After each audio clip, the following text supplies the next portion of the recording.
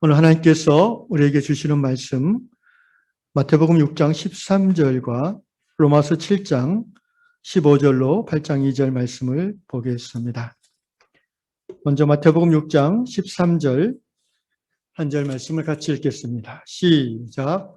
우리를 시험에 들게 하지 마시옵고 다만 악에서 구하시옵소서. 나라와 권세와 영광이 아버지께 영원히 있사옵나이다. 아멘. 두 번째 로마서 7장 15절로 8장 2절 말씀을 8장 2절 말씀까지 제가 한 절 여러분이 한 절 교독하겠습니다. 내가 행하는 것을 내가 알지 못하노니 곧 내가 원하는 것은 행하지 아니하고 도리어 미워하는 것을 행함이라.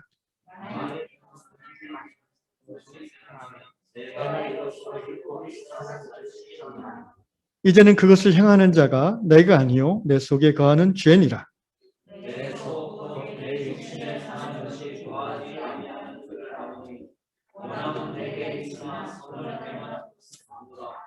내가 원하는 바 선은 행하지 아니하고 도리어 원하지 아니하는 바 악을 행하는 도다. 만일 내가 원하지 아니하는 그것을 하면 이를 행하는 자가 내가 아니요 내 속에 거하는 죄이라. 그러므로 내가 한 법을 깨달았노니 곧 선을 행하기 원하는 나에게 악이 함께 있는 것이로다. 내 속사람으로는 하나님의 법을 즐거워하되 내 지체 속에서 한 다른 법이 내 마음의 법과 싸워 내 지체 속에 있는 죄의 법으로 나를 사로잡는 것을 보는도다. 오호야 나는 원죄한 사람이로다. 이 사망의 영에서 누가 나를 건져내랴. 우리 주 예수 그리스도로 말미암아 하나님께 감사하리로다. 그런즉 내 자신이 마음으로는 하나님의 법을 육신으로는 죄의 법을 섬기노라. 그러므로 이제 그리스도 예수 안에 있는 자에게는 결코 존재함이 없나니 다 같이 이는 그리스도 예수 안에 있는 생명의 성령의 법이 죄와 사망의 법에서 너를 해방하였습니다. 아멘. 제가 유한교회로 와서 여러분과 함께 한 지도 벌써 반년이 지났습니다. 코로나 팬데믹 시대에 담임 목사로 부임하여 현재 제가 하는 주 사역이 자연스럽게 말씀 사역이 집중이 되게 되었습니다. 한 주간 새벽 설교 6번을 이 자리에서 녹화하고 또 수요 저녁 예배 성경 공부와 그리고 주일 설교 총 7번에서 8번 정도를 설교 사역을 하고 있는데 그것이 제 사역의 중심이 됩니다. 그런데 설교 사역을 하는 제 마음이 많이 즐겁습니다. 즐거운 이유는 첫째는 우리 평신도 영상팀과 함께 동역할 수 있어서 너무나 즐겁습니다. 두 번째 즐거운 이유는 말씀을 듣는 성도분들의 태도와 그 말씀에 대한 사모함이 아주 수준급이어서 설교하는 제가 행복합니다.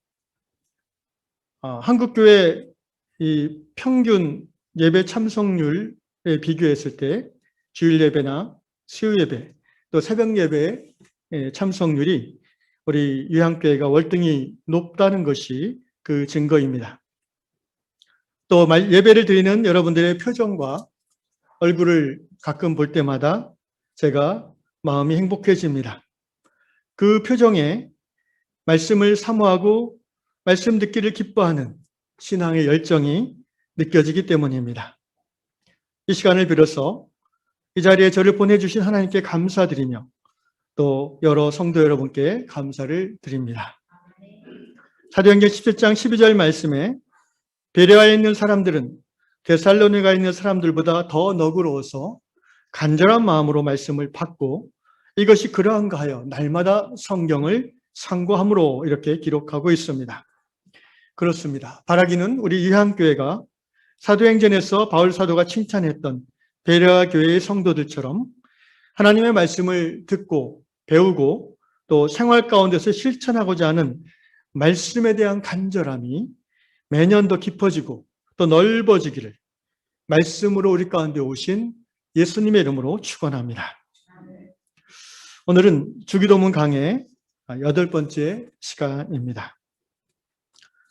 제가 한 29년 설교 사역하면서 이렇게 주기도문을 길게 설교한 적은 처음인 것 같습니다. 아마도 다음번 9번째로 마무리가 될 것 같은데요. 오늘 8번째 주기도문의 내용은 다만 악에서 구하시옵소서입니다. 이 악에서 구하옵소서라는 이 부분을 주기도문의 하나님의 필요 3가지와 보통 사람의 필요 3가지 강구 내용이라고 얘기 드렸는데, 이것을 이렇게 주기도문의 내용을 6가지 강구로 보는 분들도 있고 또 7가지로 보는 분들도 있습니다. 7가지로 봤을 때는 우리를 시험에 들게 하지 마시옵고 다만 악에서 구하옵소서를 나누어서 각각의 기도 제목으로 본다는 것입니다. 4세기 교부 어거스틴은 이 시험에 들게 하지 마시옵고 악에서 구하옵소서라는 것을 별도의 기도로 나누어서 구분했습니다. 시험에 들게 하지 마시옵소서라는 기도는 우리가 미래에 죄짓지 않도록 간구하는 내용이고, 악에서 구하시옵소서라는 이 기도는 이미 우리가 범한 죄로부터 우리가 이미 겪고 있는 악으로부터 우리를 구해 주시기를 간구하는 것이라고 했습니다. 반면에 종교개혁자 존 칼빈은 이 시험에서 건지시고 악에서 구하라는 이 기도를 한 가지로 보면서 이 부분이 하나의 의미, 곧 하나님이 우리를 지켜주시기를 구하는 내용이라고 설명하였습니다. 현대 신학학자 메스커 교수도 이것을 한 가지 하나님의 프로텍션, 보호하심으로 해석을 합니다. 강구를 6가지로 보든 7가지로 보든 중요한 것은 우리가 이 주기도문의 내용을 소화하는 것입니다. 예수께서 우리에게 가르쳐 주신 유일한 기도의 모범이기에 우리의 기도 생활에 이 주기도문을 전거로 삼아서 우리가 기도에 힘쓰는 성도가 되어야 될 줄 압니다. 그런데 이 주기도문의 내용을 우리가 이해하지도 못하면서 그냥 암송하는 것은 예수께서 경계하신 바입니다. 바로 이방인의 중언, 부언하는 기도에 해당된다는 것입니다. 그러므로 우리는 이 주기도문의 내용을 섬세하게 이해하고, 그리고 이해한 바를 우리 개인의 삶과 우리 교회 공동체의 삶에 적용해서 나의 생활 언어로 풀어서 기도할 정도로까지 나아가야 이 주기도문에 근거하여 기도하는 기도자라고 볼 수가 있겠습니다. 그러므로 여러분이 이 총 9번 정도에 해당되는 주기도문 강의를 주기도문으로 기도할 때마다 기억이 나지 않으면 다시 우리 홈페이지에 들어가서 찾아서 들어보시고 그 부분만 발췌해서 들어보시고 이것이 그런 뜻이었지라고 되새김하면서 여러분의 개인의 삶과 기도 생활에 적용하는 훈련을 이제 여러분 스스로 하셔야 됩니다. 그렇지 않으면 설교 시간에 한번 듣고 아하 하고 끝나버리면 여러분의 기도 생활은 한 걸음도 앞으로 나아가지 않게 될 것입니다. 바라기는 들은 바를 심령에 새겨서 입술로 고백하며 여러분의 삶 가운데 신앙의 진보가 있기를 주의 이름으로 축원합니다. 오늘 본문에서 이제 문제가 되는 단어는 악이란 단어입니다. 이 헬라어로 포네루라고 하는 이 말은 이제 악이란 의미로 보통 해석을 하는데, 이것이 문제가 되는 이유는 이 앞에 헬라어의 정관사 투가 붙기 때문입니다. 이 투 포네루라는 이 말, 정관사라는 것이 영어의 이제 관사 같은 것인데요.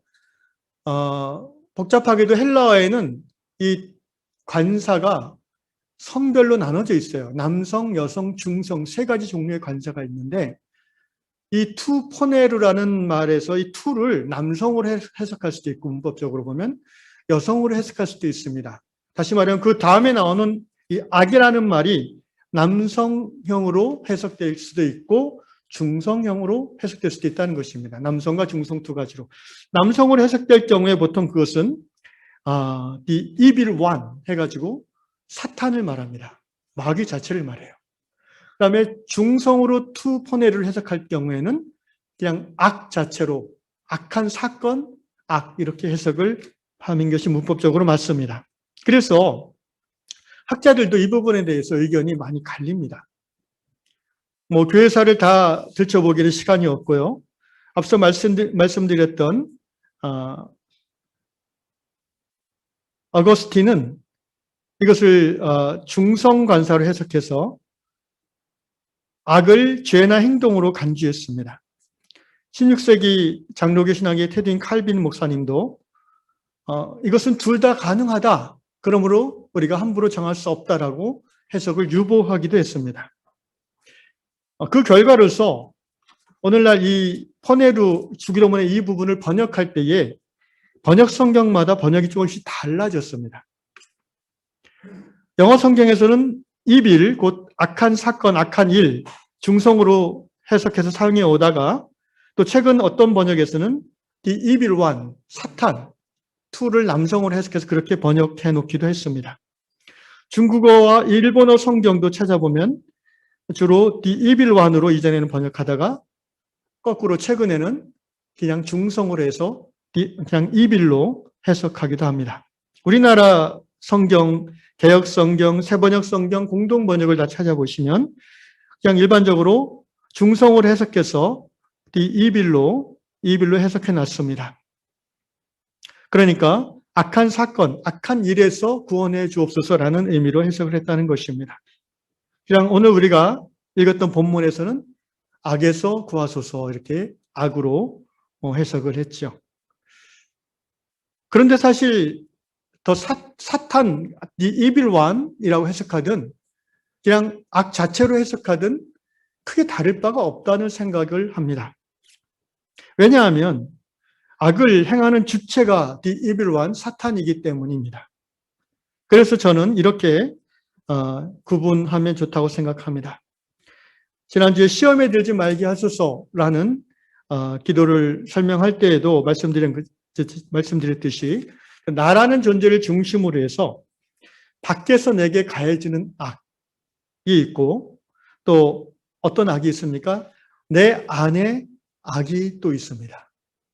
그래서 우리가 악으로 하든 악한 자, 사탄으로 해석하든 상관없이 우리는 이 악에서 구하소서라는 것을 두 가지 범주로 나누어서 하나님 앞에 경우에 따라 기도할 필요가 있다고 생각합니다. 밖에서 내게 가해지는 악이란 것은 이제 크게 보면 두 가지가 있죠. 하나는 말씀드린 것처럼 아주 드문 일이지만 사단이 우리를 직접 공격할 때가 있습니다. 그리고 또 하나는 악한 사람들, 사단의 사주를 받은 악행을 일삼는 자들이 우리를 공격할 때가 있죠. 어떤 악한 사건이나 일에 휘말릴 때가 있습니다. 그리고 우리의 몸 밖에서 우리에게 주어지는 공격되어지는 악의 종류 중에는 또 개인이 우리에게 해를 끼치는 악도 있지만 훨씬 더 심각한 악은 사회 구조적인 악이 있습니다. 우리는 이 모든 경우에 하나님 앞에 우리를 악에서 구원하여 주옵소서라고 기도할 수 있습니다. 첫 번째로 나에게 외부에서 가해지는 악에 대해서 구체적으로 나눠보겠습니다. 자, 악한 자, 곧 사탄이 직접적으로 나를 공격할 때가 드물게 있을 수 있다라고 제가 말씀드리는 이유는 논란의 여지가 있을 수 있으나 저는 이런 의미에서 그렇게 해석을 합니다. 예를 들어 봅시다. 제가 한 20여 년 전에 읽었던 신문 기사인데 아직도 문득문득 떠오르는 무서운 내용이 있습니다. 그것은 뭐냐 하면은 저 수원 어디 쪽에 고속도로를 아반떼로 제가 기억하는데 어떤 두 사람이 이제 운전자석과 조수석에 앉아서 운전을 하고 가다가 갑자기 그 한 20cm 정도 되는 쇳덩어리가 팍 날아와 가지고는 아반떼 조수석 창문을 뚫고 옆에 앉은 사람의 머리를 강타했어요. 그래서 그 여성이 즉사했습니다. 남성은 차를 급히 멈추면서 약간의 그 차과상 정도를 입었지만 생명에 지장이 없었어요.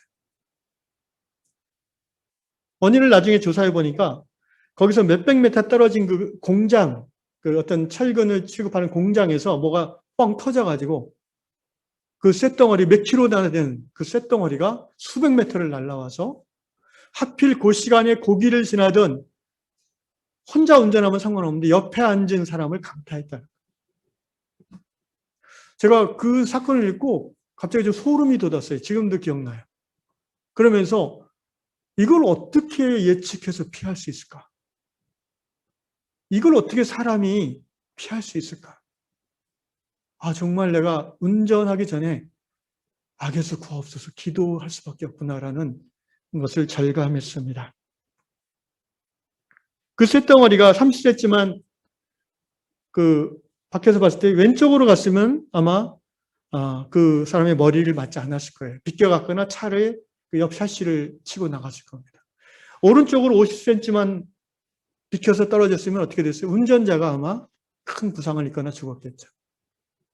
그것을 사람이 어떻게 피할 수 있습니까? 이와 같은 일은 우리 일상에서 심심치 않게 우리가 찾아볼 수 있어요. 비행기 사고, 우리가 비행기 탈 때마다 약간의 공포를 느끼지 않습니까? 왜냐하면은 이 공중이라는 곳은 우리가 어떻게 아무리 체력이 좋고 무술이 좋아도 어떻게 할 수 없는 영역이에요. 어떤 때는요, 새들이 비행기 엔진에 들어가서 비행기가 추락하는 경우도 있어요. 인터넷 찾아보시면 그런 기사가 나옵니다. 또 제가 청년부 때 제 후배 한 4년 후배였는데 그때 이 친구가 갑자기 죽었어요. 젊은 애가. 23살인가가. 그래서 장례식에 가서 물어보니까 밤늦게까지 친구들하고 이제 놀다가 횡단보도에서 그 건너를 기다리고 있는데 약간 횡단보도로 이렇게 좀 내려와 있었나 봐요. 그때 급하게 좌회전하던 차가 이 친구를 그냥 받아가지고 바로 죽은 겁니다. 아무리 조심하고 아무리 주의해도 불가항력적인 사고로 인한 고통과 죽음이 우리에게 있다는 것입니다. 그래서 우리는 아침마다 하루를 시작할 때마다 자기 자신과 가족들과 사랑하는 이들을 위해서, 교회를 위해서 악에서 구하시옵소서 기도할 수밖에 없을 것입니다. 아무리 인공지능이 발달한 이 시대라 할지라도 그 모든 삶과 죽음의 원인이 되는 인자들을 분석해서 피한다는 것은 불가능하기 때문입니다. 따라합시다. 오늘 하루도 다만 악에서, 사단의 공격에서 구원하소서. 아멘. 특별히 우리가 또 기도할 수밖에 없는 것은 자연재해입니다.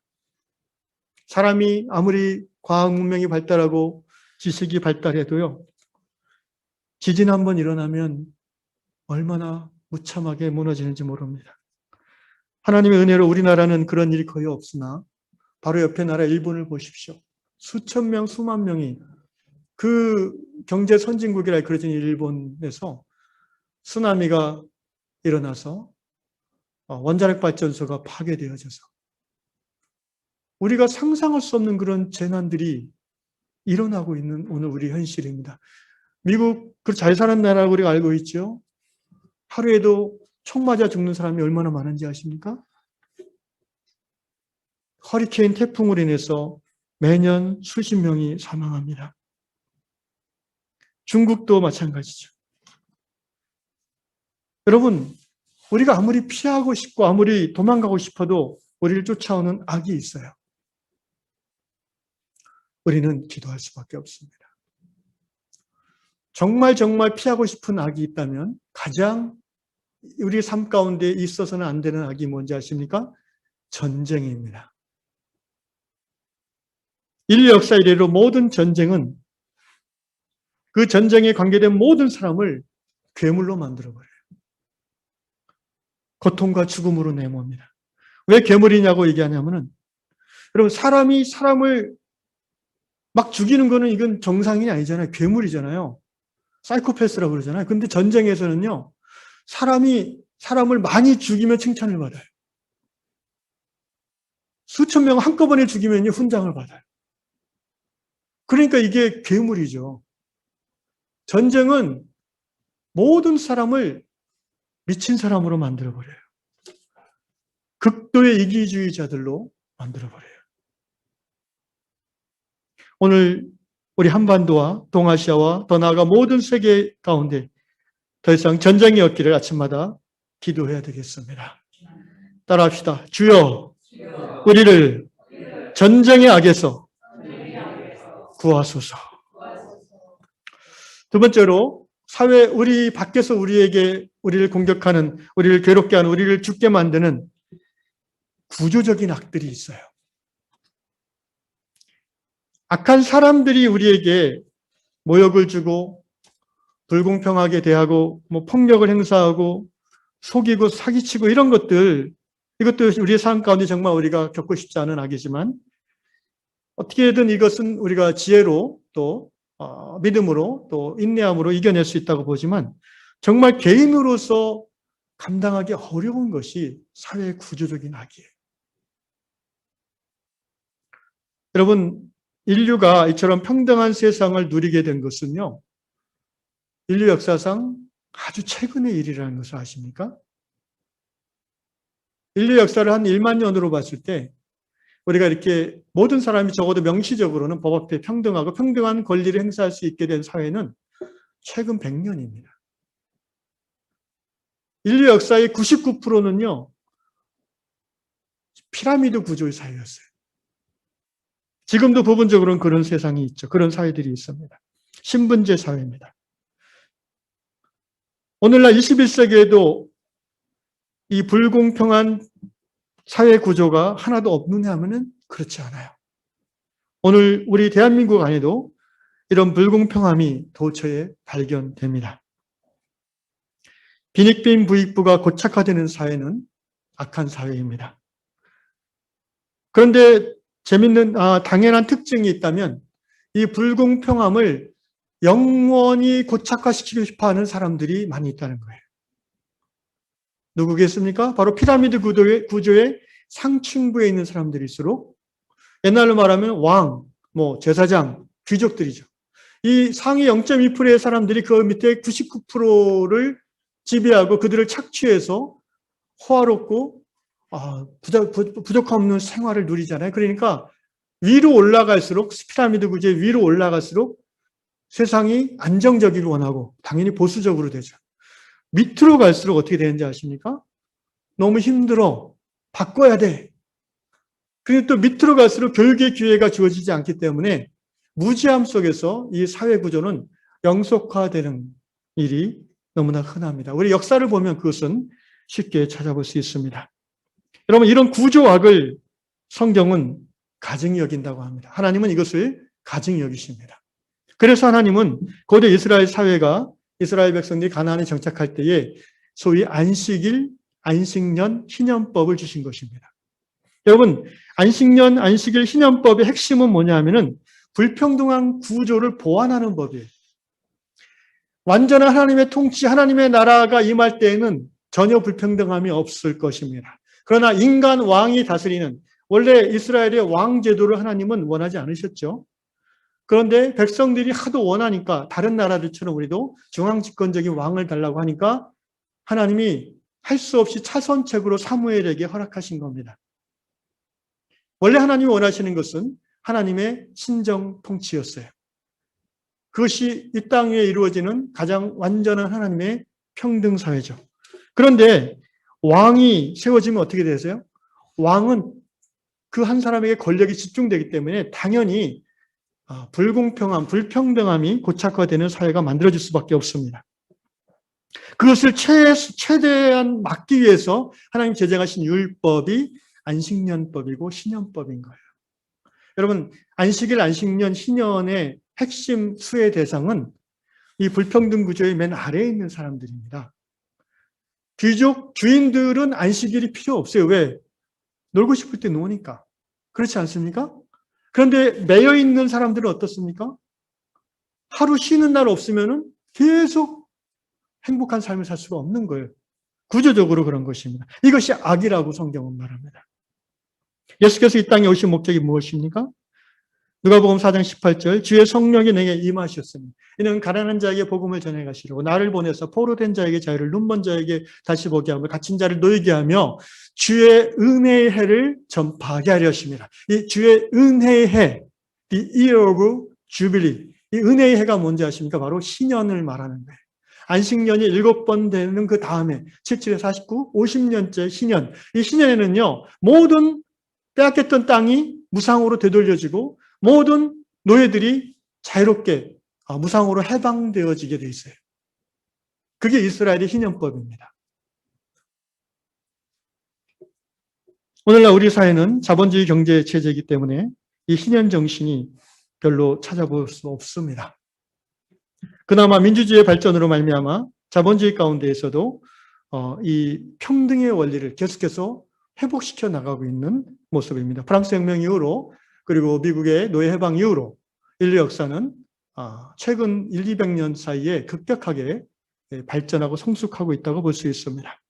바로 이것은 로만 카톨릭으로부터 개신교가 갈라져 나오면서 성경이 하나님의 말씀이 하나님의 율법이 사람들 가운데 널리 깊이 있게 퍼져간 그 결과라고 저는 확신합니다.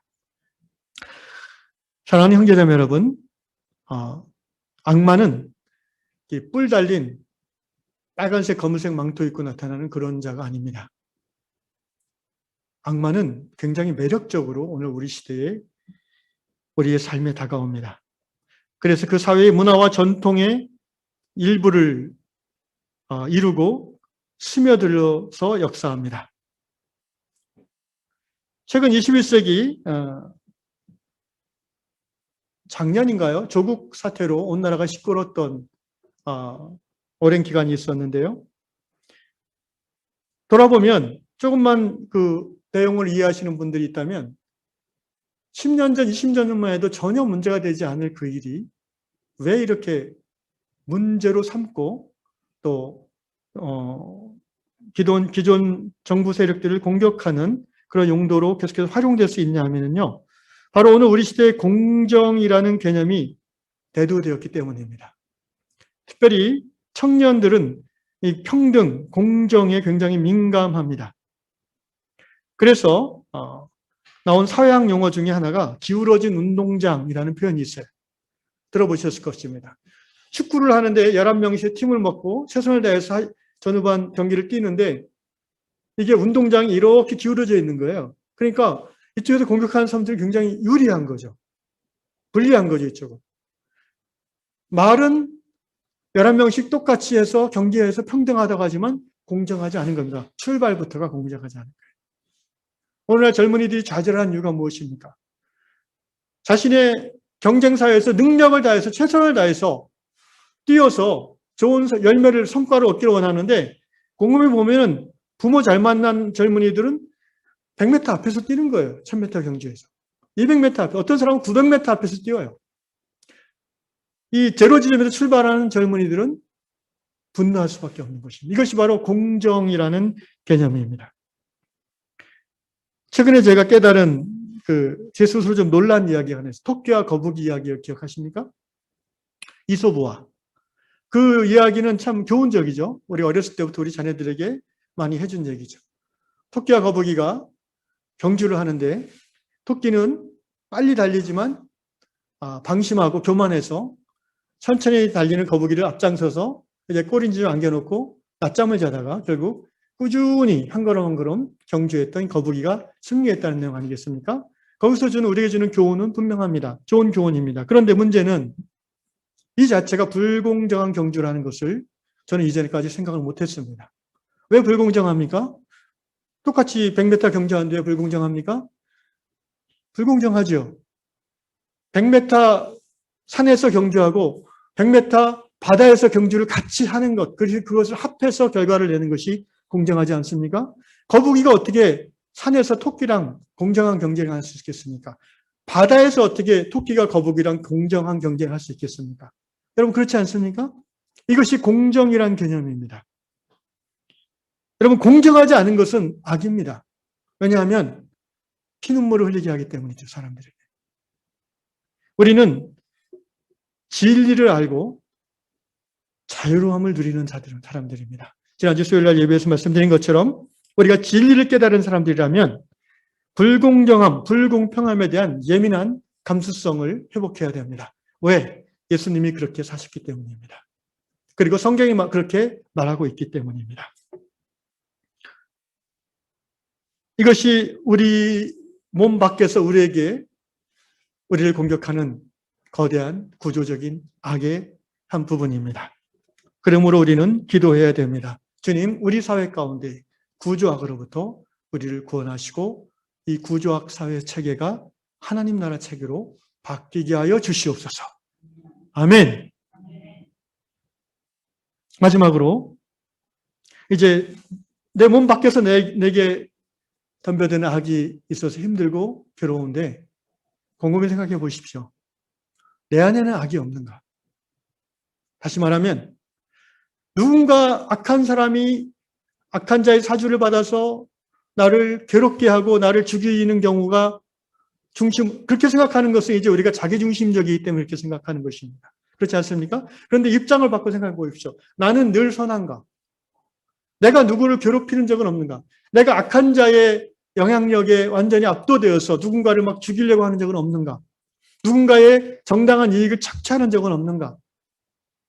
내가 사회 구조학의 상층부에서 그 불공정함을 누리면서 혜택을 보면서 내 양심은 그것을 전혀 감지하지 못하고 있다면 나는 선한 하나님의 사람인가? 악한 사단의 자식인가? 돌아봐야 되지 않겠습니까? 주 기도문에 악에서 구원하소서라는 기도를 하면서 자기중심적인 그리스도인의 우리들이 간과하는 한 가지가 바로 이것입니다. 내가 악의 도구가 된다는 생각을 전혀 안 해요. 오늘 로마서 사도 바울의 고백은 이 철저한 자기 고백에 근거합니다. 로마서 7장 15절부터 읽으면서 간단히 나누겠습니다. 내가 행하는 것을 내가 알지 못하노니 내가 원하는 것은 행하지 아니하고 도리어 미워하는 것을 행함이라. 바울은 거듭난 성도이고 하나님의 사람, 저와 여러분 같은 그리스도인입니다. 그래서 바울은 자기가 원하는 게 있어요. 뭐예요? 하나님의 뜻, 선을 행하기를 원해요. 그런데 때때로 내가 미워하는 것, 악을 행해요. 16절, 만일 내가 원하지 아니하는 그것을 행하면, 내가 악을 행하면 내가 이로써 율법이 선한 것을 시인하노니 이제는 그것을 행하는 자가 내가 아니요 내 속에 거하는 죄니라. 바울은 내가 하나님의 법을 실천하기를 원하는데 왜 이따금씩 내가 하나님의 법에 반하는 행동을 하고 말을 하고 그런 표정을 짓고 그렇게 사람을 모욕을 주고 그러는가? 그것은 내가 아니라 내 안에 있는 죄다라고 인정합니다. 여러분, 이것은 죄에게 자기 행위의 책임을 전가하는 책임 회피가 아니라 인간 실존의 딜레마를 인정하는 거예요. 인간은 죄인이다라는 것을 겸허히 고백하는 거예요. 비록 거듭난 성도를 할지라도 여전히 죄악의 이 조종을 당할 수 있다는 사실을 인정하는 것입니다. 18절, 내 속 곧 내 육신에 선한 것이 거하지 아니하는 줄 아노니 원함은 내게 있으나 선을 행하는 것은 없노라. 내 존재 안에 내 속사람은 선을 행하기를 원해요. 그런데 내 육신, 곧 내 죄악된 본성은, 여기서 육신이라는 말은 사렉스라는 헬라어인데 the simple nature, 죄악된 본성으로 보통 영어성이 번역을 합니다.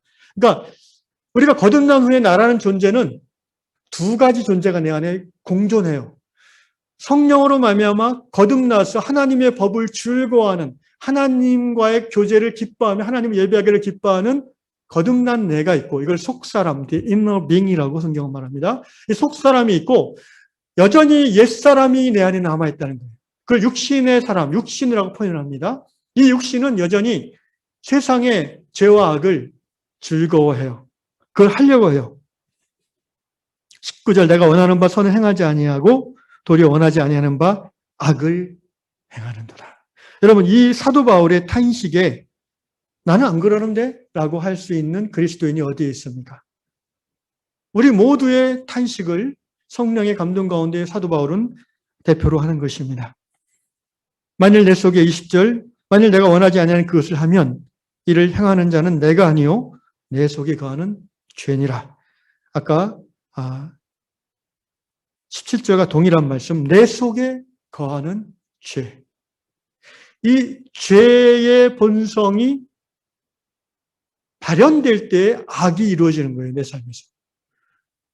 이 죄의 본성이 드러남으로 내 이웃을 해칠 때, 내 이웃을 상처 줄 때에, 내 이웃의 것을 탐하고 뺏을 때에 이것이 바로 죄인 것입니다. 이 죄의 본성이 구조악의 한 부분으로 내가 존재하고 살아가면서 은근히 그것을 누리고 바꾸고 싶어 하지 않을 때에 이것이 악이 되는 것입니다. 22절, 사도 바울이 하나 깨달았는데요. 22절, 내 속사람으로는 하나님의 법을 즐거워하되. 사실입니다. 우리는 하나님의 법을 즐거워하는 사람이에요. 아멘? 우리는 하나님의 선하심을 삶에서 이루어가는 걸 기뻐해요.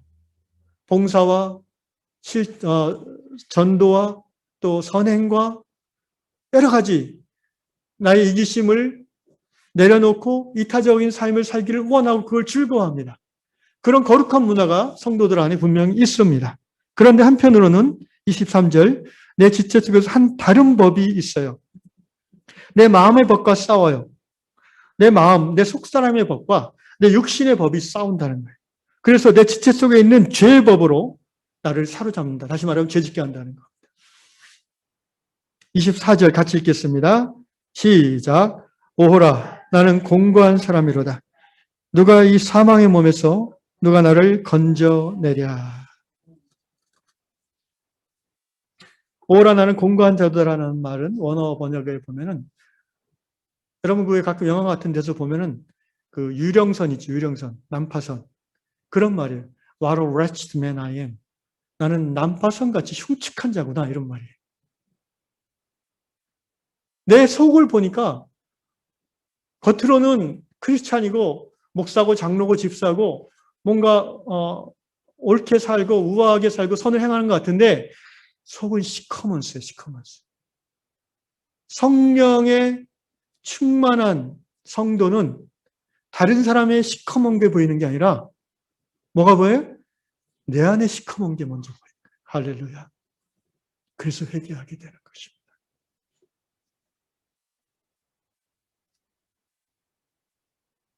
인간이란 존재는 예수를 믿기 전이나 믿은 후에, 믿기 전에는 훨씬 더 하고 믿은 후에도 여전히 분열적 존재예요. 무슨 말이냐면은 예수 믿고 거듭난 성도로서 성경이 말하는 마땅히 이렇게 살아야 될 인간의 모습이 있어요. 이걸 이제 과제적 인간이라고 보통 표현할 수 있는데, 그런데 현실의 나의 삶은 그것과 반대되는 모습이 많아요. 여러분, 이런 것을 분열이라고 우리가 하잖아요. 이게 심해지면 정신분열, 정신병 걸리는 거예요. 내가 원하는 나의 삶과 나의 실제 삶이 괴리가 엄청 커버리면은요, 사람이 미쳐버려요. 그래서 예수 믿다가 미친 사람도 꽤 있어요. 광신자들이죠. 진정한 신앙은요, 나의 삶과 나의 신앙이 괴리가 좁혀지는 거예요. 점점. 그게 신앙의 성숙이라는 겁니다. 그래서 우리가 창세기에 보면요, 하나님의 형상으로 인간이 지음받았죠. 아멘? 그럼 우리가 하나님의 형상으로 지음받았다는 의미가 뭡니까? 하나님이 눈에 보이시나요? 안 보이죠? 그럼 왜 우리를 하나님께서 당신의 형상으로 지으셨어요? 눈에 안 보이는 하나님을 네가 보여주라는 거 아니겠습니까? 죄로 말미암아 훼손돼 버렸죠. 그런데 예수 믿고 죄 사함 받으면 어떻게 돼요? 두 번째 아담이신 예수로 말미암아 우리는 하나님의 형상이 회복된 사람들이에요. 할렐루야. 우리가 이 땅에 하나님이 우리를 부르시고 구원하셔서 하나님의 자녀 삼아주신 목적은 이제 하나님 대신 네가 하나님을 보여주라는 것입니다. 교회는 하나님의 살아계심을 드러내는, 우리 유한교회 표어잖아요. 하나님의 살아계심을 드러낼 사명이 있는 것입니다. 하나님의 형상대로 지음받은 인간에게 우리는 하나님의 형상, 우리가 하나님이란 말이 아니에요. 우리는 본질에서 하나님이 될 수 없어요. 그런데 하나님의 형상을 우리를 지었기 때문에 하나님의 드러나는 어떤 부분을 우리가 관계 속에서 세상 가운데 보여줄 수 있어요. 우리의 말과 우리의 삶과 우리의 태도와 우리의 행동으로 말입니다. 그런 사람들이 좀 더 하나님의 형상을 드러내고자 함께 모여서 하나님께 가까이 가고자 하는 그 모임이 바로 교회잖아요. 20세기 유대교 신학자 아브라함 여호사 헬셀이 이런 말을 했습니다. 현대인은 메시지를 잃어버린 메신저이다. 무슨 말입니까? 같은 표현인데요. 한 사람 한 사람, 생명, 보통 우리가 이제 살아있다 했을 때 생자만 가지고 충분한데 왜 명자를 쓰는지 아십니까? 명받아 태어난 삶이라는 거예요. 무슨 명? 하늘의 명, 하나님의 뜻. 그러므로 여러분, 우리 한 사람 한 사람 나만이 전할 수 있는, 나만이 옆에 사람, 세상 사람, 사랑하는 사람들에게 전할 수 있는 하나님의 메시지가 있어요. 아멘? 아브라함 여호사 헬셀 유대교 신학자는 탄식했어요. 사람들이 그 하나님의 메시지를 다 잃어버린 메신저가 되어버렸다. 하나님의 형상을 드러내지 못한다는 탄식이에요. 같은 말이에요. 우리가 우리 내면의 이 죄와 악으로부터 구원받지 않으면 우리는 하나님의 형상을 드러내기는커녕 오히려 사단의 형상을 드러내며 서로 죽이며 싸우며 원수가 되는 삶을 살 수도 있다는 것을 우리는 경계에 삼아야 될 것입니다. 이 탄식으로 끝났다면 로마서가 굉장히 무기력하고 힘이 없을 것 같아요.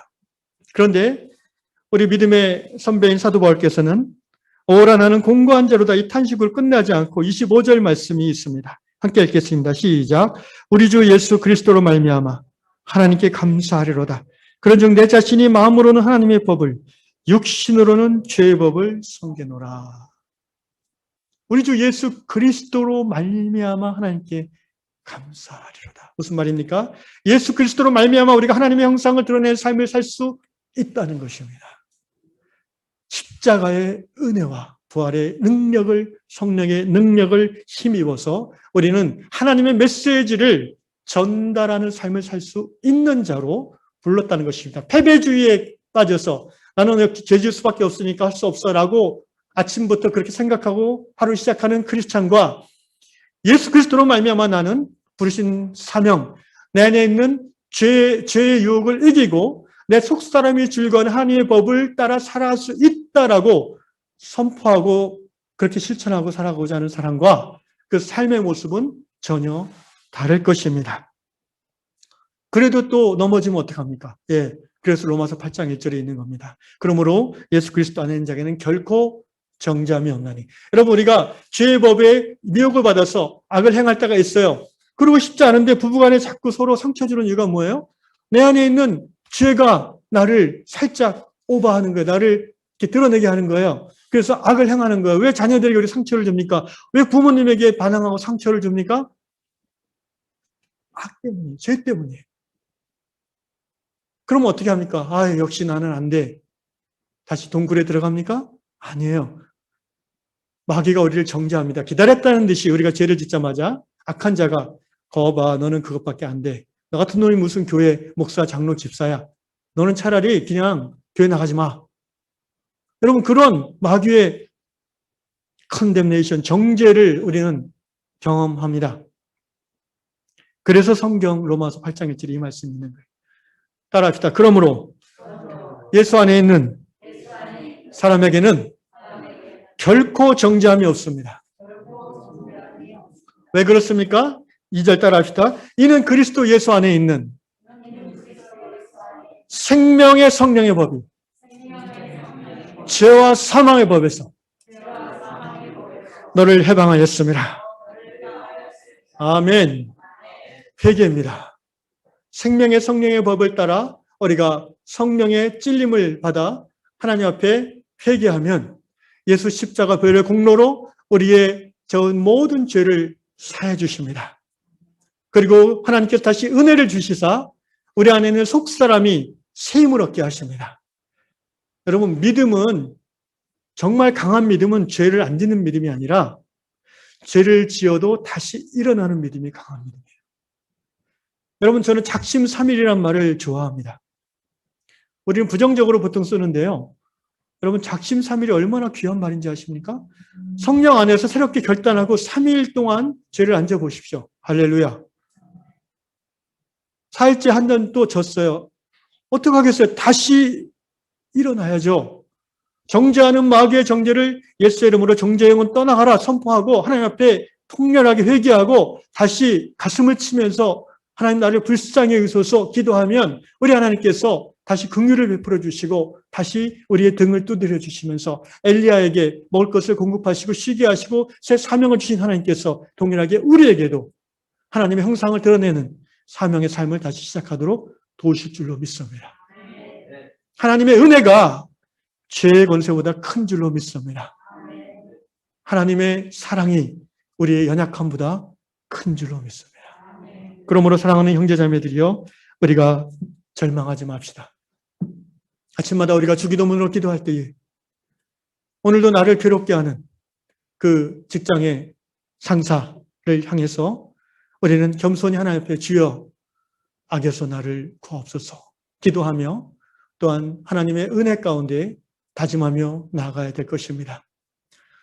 그렇게 작정하고 나갔는데 직장에서 그 상사의 얼굴을 보자마자 또 내 인상이 찌푸려지는 건 어쩔 수 없어요. 그러나 최대한 겸손하게 하나님의 사람으로 행해야 될 바를 행해야 되는 것입니다. 최소한 뒷담화는 금지해야 될 것입니다. 아멘. 그것이 성령의 사람의 모습인 것이에요. 또한 우리에게 일어나지 않으면 정말 일어나지 않아야 되는 그런 악한 자의 공격이 있을 수 있습니다. 어떻게 할 수밖에 없어요. 우리가 기도할 수밖에 없습니다. 특별히 우리가 사랑하는 사람들을 위하여 주여 나의 자녀들을, 우리 교회 성도들을, 우리 부모님을 악한 자의 공격에서 구원하소서 기도해야 될 것입니다. 더 나아가서 우리가 사회 구조학을 바라보며 하나님 앞에 기도해야 됩니다. 오늘 시간이 없어서 이 부분을 더 얘기는 안 하겠는데 사실 기독교의 역사는 교회는 교회 역사를 봤을 때 교회를 통해서 세상의 구조학이 철폐되어지고 인류 문명이 발전되어진 경우가 굉장히 많습니다. 사람들이 잘 인식을 못하는데 영국 교회나 미국 교회 역사를 봤을 때 특별히 근대에 들어서 이 노예 해방, 평등한 사회를 이룸에 있어서 성령의 사람들이 얼마나 하나님의 역사에 쓰임받았는지 모릅니다. 우리 그리스도인은요, 성령의 깨우치심으로 내가 구조하게 한 부분의 역할을 감당하면서 불공정한 수혜를 누리는 자라는 깨달음이 생긴다면 우리는 그 부분에 대해서 깊이 하나님 앞에 기도해야 됩니다. 그리고 내려놓아야 됩니다. 하나님 나라는 내려놓음의 역사이기 때문입니다. 기도하겠습니다.